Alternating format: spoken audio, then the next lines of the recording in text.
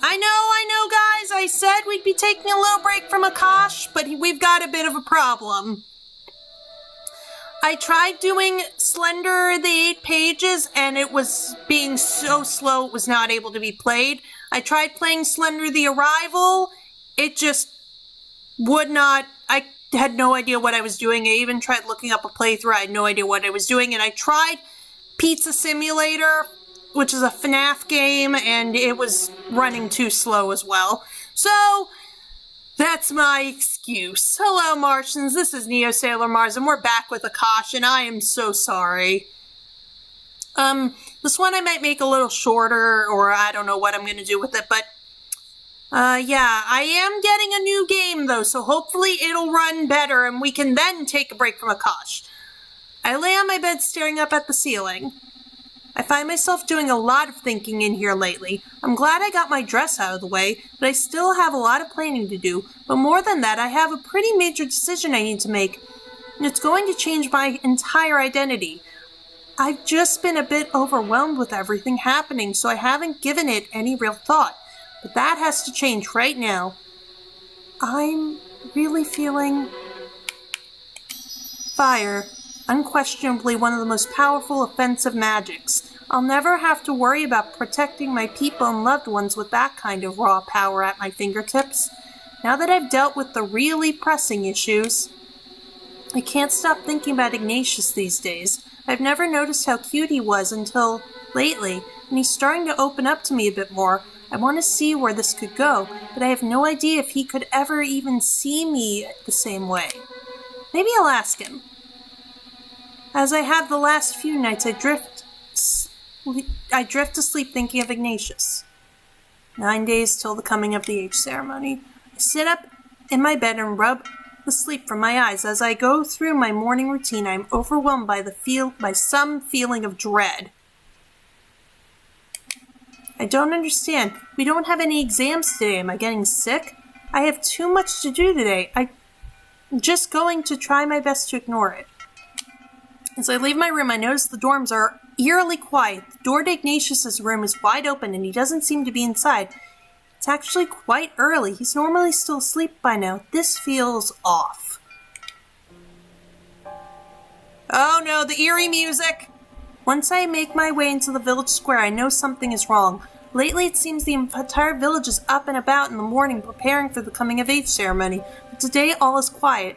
There are none of the usual crowds of merchants, and the vendors jostling and shouting for my attention, and even the normal group of early risers don't seem to be around. I feel a chill down my spine. Did something happen? As I look around the square, I see the windows to Sweet William's courtier open. He leans out the window and shouts at me. What are you doing outside? What's going on? That's what I want to know too. The humans have attacked the village. Run back to your room and lock the door. Don't stay here a moment longer. Oh no, there's drama! Or fighting, really. But where are my classmates? They're helping the elders protect the village. Please, child, don't tarry here. He slams the window shut again. Ignatius gives me one last look, as if to warn me to stay out of it before returning to the fray. I won't stand by and watch him risk his life for me. I run right up to the human soldier. I can see him blast him with a jet of water. At least I try to, but nothing happens. I try again, but still nothing. Rowan spots me and shouts, Our magic isn't working. Run! Don't draw attention to her, you idiot! Too late, several of the human soldiers begin fighting their way through the crowd towards me. Elementals are skilled fighters, but without our magic, we lose the advantage. It's only a matter of time before they reach me. Ignatius tries to throw himself in the path of one of the soldiers, but before he can do anything, one of the humans presses a blade to my throat. Combat ceased in an instant. Surrender or the girl dies. Hi again, Blake! She's nobody. You don't want her. Take me instead. Do you take us for fools, boy? We know our worth to your kind. Human clad in dark robes steps forward. He wears a necklace with an enormous glowing jewel. Now. We'll be happy to have 2 prisoners instead of 1. We'll be taking our boy and these 2 with us. If you even think about trying anything. Oh no. The human behind me presses presses his blade against my neck, just hard enough to draw blood. Stop! Don't hurt her! You've made your point! Men will stand down, but only if you guarantee her safety. You have my word. As long as you keep yours. Elder Soul nods to the assembled warriors who lower their weapons. The human soldiers disengage and dump the human boy on the ground rather unceremoniously. On your feet, Daniel! The walk back'll do you good! The roped human gives the soldier a withering glare. He seems to wilt under the pressure and not hilariously, hurriedly helps Daniel to his feet, making a big show of patterns his shoulder and dusting him off. Well, that is, feel free to lean on me if you feel weak. We're all in this together.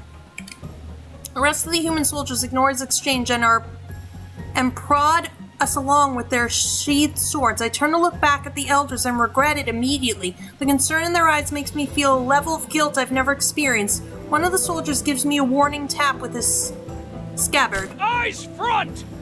You keep walking until we say so!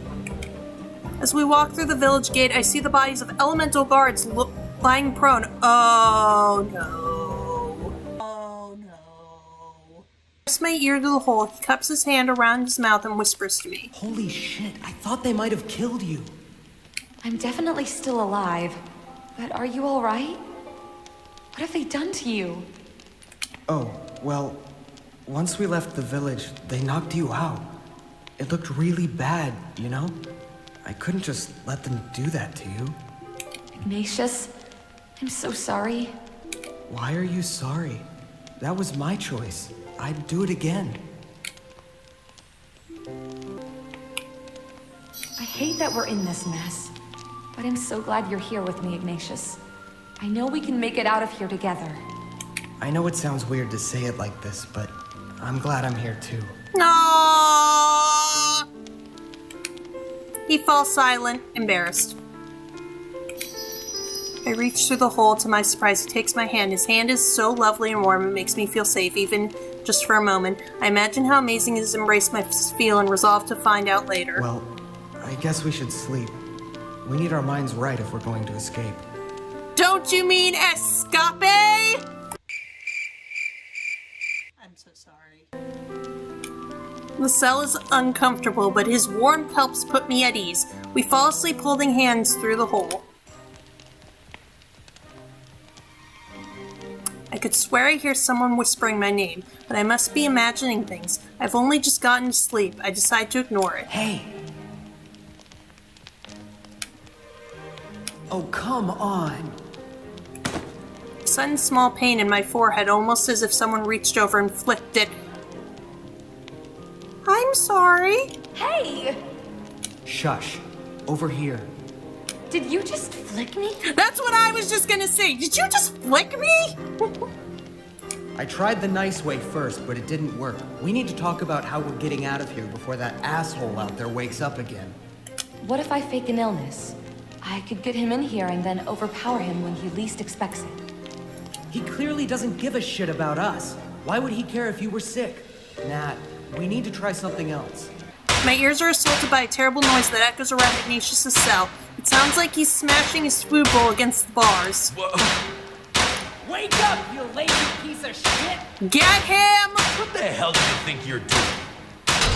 Ignatius' banging is replaced by the guards. Get back and shut the hell up. You're lucky I don't break your goddamn fingers making all that noise.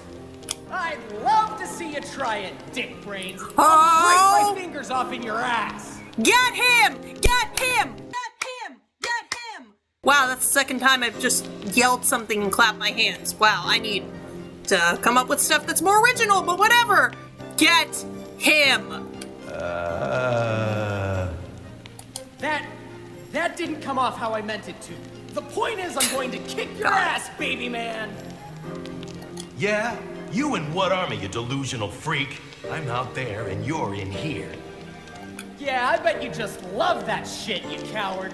Does it make you feel like a big man to be out there with a weapon while I'm locked in here? I don't need a weapon to wipe the floor with you. I could snap you in half with my bare hands. Yeah? Prove it, shit for brains! The ground with a yell. Ah! My ankle! You snapped it in half with your magic! Demons! Well, I wasn't expecting that! Oh, shut up, you giant baby. You probably just twisted it. You'll be fine. Sligari thrashes around in the throes of pain. His eyes land on me. I give him a cheeky wave. So that's how you did it. Hey! Ignatius has already quietly received him of his keys and is locking the guard in his cell. Oh no, you had it right the first time. Definitely demonic magic. Moron. Oh my god, I love Ignatius and his sarcasm. I love it. We can start by getting out of this trash pile. Ignatius and I climb to our feet and wobble out of the garbage heap. I'll just take a quick peek around the side of this building. Let's go together. We shouldn't split up here. All right. I edge my way around the corner, but before I can stick my head around to have a look, Ignatius pulls me back. Someone's coming. Here. Before I can ask what Ignatius is doing, he grabs a nearby barrel and shoves it down over my head. My knees buckle up. I manage to guide myself to the ground, keeping the barrel upright. I hear a human voice complaining loudly. Join the guard, they said. Serve your village, they said. Protect against the elemental menace. Oh, yeah. They must be quaking in their weird little slipper shoes right now. The memes! Another goddamn month of trash duty. I should quit.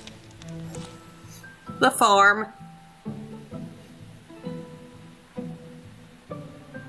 We rest for a moment in a cornfield behind the farmhouse. What is this, Ohio? The joke being, Ohio is surrounded by cornfields. And there's your Ohio trivia for the day. The unharvested stalks provide us with a natural hiding place. We'll probably have to abandon our barrels here. Why's that? I don't see any barrels around. It's going to look kind of weird if there's barrels out in the middle of a cornfield, won't it? It can't be weirder than two elementals running around a human village. Well, I guess you've got me there. But we'll have to leave these behind at least long enough for us to get our bearings. I'll climb the barn over there and have a look around. I don't mind doing it, that's all right. I got you stuck in a chute, and then I landed straight on top of you in a pile of trash. I need to redeem myself, so just let me have this, all right? None of that was your fault, but all right. Ignatius turns and disappears into the mass of corn stalks. I sit down and rest my feet for a moment. I can't believe he's still thinking about that stuff. He must be really embarrassed. I'll have to reassure him later. I count the cracks in the barrels to pass the time, but that gets old quickly. I twiddle my thumbs and lean up against a stalk of corn. Eventually, I hear what I hope is Ignatius rustling through the cornfield. I decide to slip back under my barrel just in the nick of time. A young human boy comes crashing through the corn stalks and stops dead at the sight of it. What the? The boy stares at the barrel, stretching his head. Please don't come over here. Just stay over there. Oh, goddess, here he comes. The boy slowly approaches the barrel. I sat out in the scariest voice I can muster. Don't touch me! Did you just talk? The boy approaches again and tries to peek through one of the cracks. Back off, human! If you like your face the way it is! Human? What are you?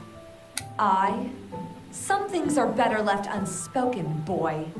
I am not of this mortal plane. What's a mortal plane?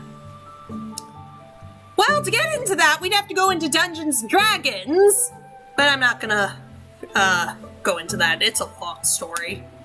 A demonic voice cuts through the corn. You ask too many questions. The boy looks around confused, trying to place the new voice. Who's there? What did I just say? But if it pleases you to know, we be demons. Oh, Brandon. Brandon McInnes, this is one of the reasons you are one of my favorite voice actors. Just this is great. Barrel demons? The fact that he was just That's just great. Demons come in many forms. Barrels are simply one among them. What do you want from me? I can just picture how much fun this must have been to record the demonic barrel voice. I'm feeling generous today. All I need is for you to turn around, shut your eyes, and count to 100. Slowly. Got it. Oh, and it goes without saying, but if you tell anyone what you saw here... I won't tell. I swear. Please don't kill me. I was going to say I'll come back and tickle you until you turn purple. But now that you mention it, death sounds much more effective. Boy let out a sob. Oh, well, fellow demon, maybe we shouldn't be so harsh. After all, this is but a mere child in front of us. Right. Your, please have moved me, human child. Tickling it is then. Tell no one. I won't. I swear. Begin counting then. Turn around. The boy wipes his tears on his sleeve and hurriedly turns around, covering his face with his hands. 1, 2, 3. Ignatius pops out from between the cornstalks and waves me forward. I sneak over to him and we make our way away from the barn. The sound of the boys counting gets further and further away from us. Just before we reach the edge of the crops, Ignatius slips back underneath his disguise. Really, Ignatius? Death? I just wanted to scare him a little.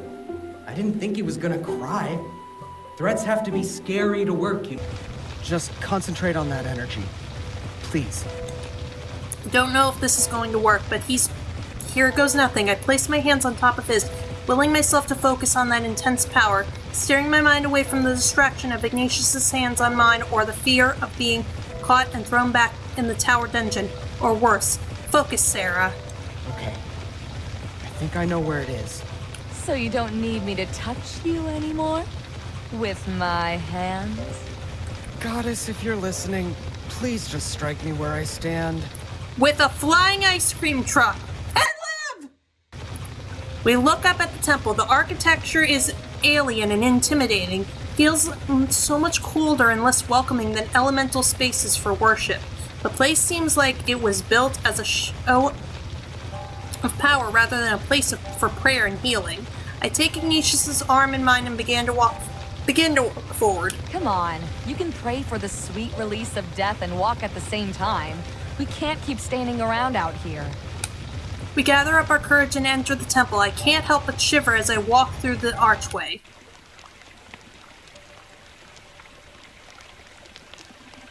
We enter into a large open space. A pool with a fountain trickles serenely, sending beautiful reflections of light dancing across the tile walls and ceiling. If not for our current predicament, I might be tempted to call it beautiful. Okay, guys, we're gonna leave it off here because we are approaching 41 minutes or so. And this is gonna be greatly probably reduced, but we're gonna save on 2 places just in case I were to mess up, but I hope you enjoyed this. I'm getting a brand new game. I'm not going to say what, but hopefully that'll run better and we can actually have a little bit of a break from Akash. But make sure you like this video if you enjoyed. Hit that subscribe button if you want to become a Martian today. Hit that bell if you want to keep up with my videos. And remember to be strong, be confident, and be brave. And I'll see you guys next time.